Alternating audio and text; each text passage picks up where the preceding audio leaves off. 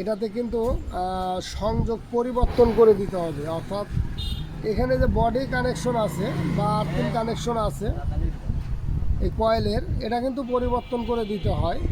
যেহেতু এখানে 4 তারের ভোল্টেজ রেগুলেটর আছে, আর যেগুলো 4 পিনের থাকে সেইগুলোর জন্য কিন্তু এই কয়েলটা বানানো। তারপরেও যখন আমরা 4 তারের সিডি রেকটি বা ভোল্টেজ রেগুলেটর লাগানো হয়, তো যেমন এখানে 4 তারের যে ভোল্টেজ রেগুলেটরটা আছে, এই তারের যে সংযোগটা হবে, তো ঠিক এরকম 4 তারের যেগুলো ভোল্টেজ রেগুলেটর আছে এটার জন্য কিন্তু এই জায়গায় সংযোগ পরিবর্তন করে দিতে হয়। তো এখানে যে সংযোগটি আছে 2 তারের সংযোগ এক জায়গায় করে দেওয়া, এই সংযোগটি কিন্তু আমরা রাখবো না, এখান থেকে খুলে দেব। সংযোগটি শুধু খোলা হবে, কিন্তু 2 তার কিন্তু একসাথেই থাকবে।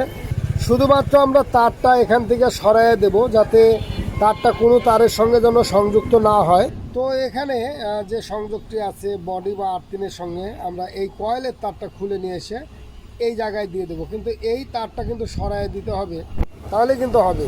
তো কিভাবে কাজ করবেন সেটাও দেখাচ্ছি।